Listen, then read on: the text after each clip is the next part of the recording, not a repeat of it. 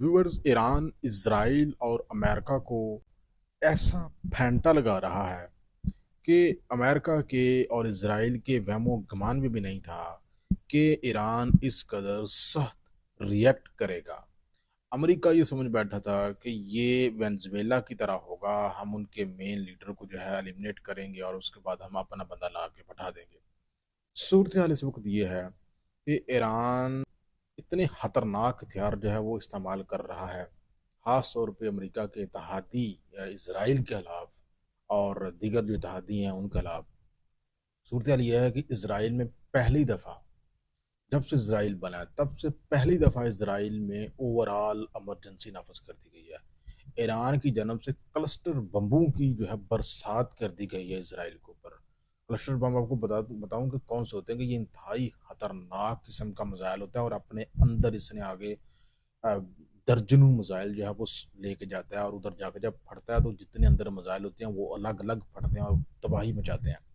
तो जो इसराइल है, इसराइल में स्कूल कॉलेजेस जो है वो मुकम्मल तौर पर बंद कर दिए गए हैं, इमरजेंसी लगा दी गई है।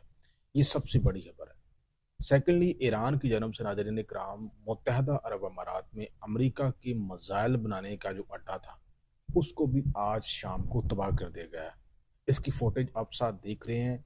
ये अमेरिका का अड्डा है फौजी, जहाँ पे आप देख रहे हैं कि अमेरिका की मिलियन ऑफ डॉलर्स का यहाँ पे जो फौजी साजो सामान है उसको आग लगी हुई है, और ये ईरान ने यहाँ इसको डायरेक्ट हिट किया है। वही नाज़रीन इकराम, ईरान को पीछे से मुकम्मल तौर पे बैक कर रहा है रशिया और रूस।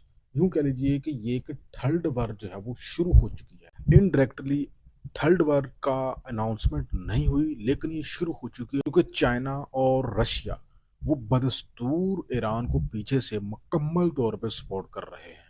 वो उसको इंटेलिजेंस दे रहे हैं, वो उसको खतरनाक हथियार जो है वो फ्राहम कर रहे हैं, और उन्होंने ईरान को यकीन दहानी कराई है कि तुम अमेरिका के साथ लड़ो, तुम्हें असले की कमी नहीं आएगी।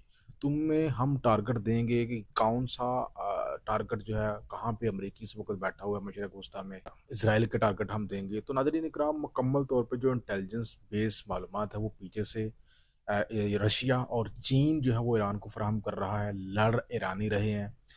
अमेरिका और इसराइल ने भी बहुत भारी जो है वो एयर स्ट्राइक्स की हैं तेहरान के अंदर, और बहुत ज़्यादा तबाही मचाई है। लेकिन उनकी समझ में एक चीज़ नहीं आ रही कि ईरान के जो लॉन्चर्स हैं, जो मिसाइल जिन जहाँ से वो लॉन्च कर रहा है, उन अड्डों का नहीं पता चल रहा अमेरिका को या इसराइल को, क्योंकि जो जहाँ जहाँ से उसके मिसाइल जो है वो उड़ रहे हैं वो जेर ज़मीन है। अब वहाँ तक अमेरिका को नहीं पता पहाड़ों में कहाँ से ईरान जो है वो लॉन्च कर रहा है। सबसे बड़ी जो दर्द सर बना हुआ है वो ईरान के मिसाइल लॉन्चर हैं और वो ड्रोन हैं, जो कि अमेरिका के खरबों डॉलर के जो सिस्टम है उनके ऊपर ये हावी हुए हैं, और इतनी मकदार में वो फेंक रहे हैं ड्रोन के आगे से उनके जो इंटरसेप्टर्स हैं मशरक वस्ता में वो शॉर्ट हो रहे हैं। तो यूं कह लीजिए कि ये, और ईरान के जानब से कहा गया है कि वो लंबी बार जो है वो लड़ेगा, वो पीछे नहीं हटेगा। तो उसके बाद नाज़रीन करम, पूरी दुनिया के अंदर इस वार के जो आफ्टर शॉक्स हैं वो आना भी शुरू हो गए, क्योंकि ईरान की जन्म से स्ट्रेट ऑफ हार्मस को जो तेल गुजरने की मेन शाहराह है, जो मेन रास्ता है जहाँ से तेल गुजरता है पूरी दुनिया का, पाकिस्तान का भी तेल वहाँ से आता है, उसको क्लोज कर दिया है। और अब उसका खमियाजा कौन भुगत रहा है? कौन भुगत रहा है? ईरान तो भुगत रहा है, उसके साथ बाकी दुनिया भी भुगत रही है। पेट्रोल की शॉर्टेज पैदा हो गई है पूरी दुनिया में, गैस की शॉर्टेज पैदा हो गई है। पाकिस्तान में आज पेट्रोल की प्राइसेस में 55 रुपये फी लीटर इजाफा किया गया है।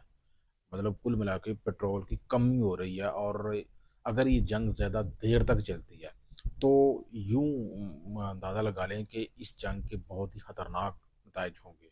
सिर्फ ईरान ही नहीं सहेगा, बल्कि पाकिस्तान, हमसाया ममालिक, सऊदी अरबिया और मिडल ईस्ट के ममालिक और पूरा खित्ता जो है इसके नताइज जो है वो बर्दाश्त करेगा। लेकिन हैरानकुन तौर पर यहाँ पे अमेरिका को कुछ नहीं होगा। अमेरिका तो यहाँ से मीलों दूर बैठा हुआ है, उसके तो जो फौजी साजो सामान है थोड़ा बहुत रह गया है, वो भी वहाँ से लेकर रफू चक्कर हो रहा है मिडिल ईस्ट से। तो इससे आम तौर पे अगर देखें तो मुकम्मल तौर पे इस जंग में फ़िलहाल तो किसी की कोई मंजिल नज़र नहीं आ रही, लेकिन ईरान जो है वो सबक सिखा रहा है अमेरिका को भी और इसराइल को भी। वहीं अमेरिका के सदर की जानब से भी तस्वीर हमारे सामने ही है।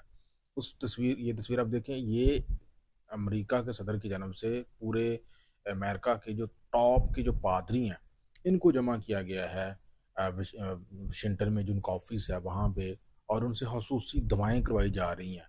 वो ट्रंप जो कि धमकियां दे रहा था कुछ दिन पहले कि एक दिन का काम है, एक दिन की जंग है, अब 4 दिन का बोला है, और अब 4 दिन के बाद ये जंग जो है वो 4 दिन की नहीं है, बल्कि ये कई सालों तक लड़ी जाने वाली जंग है।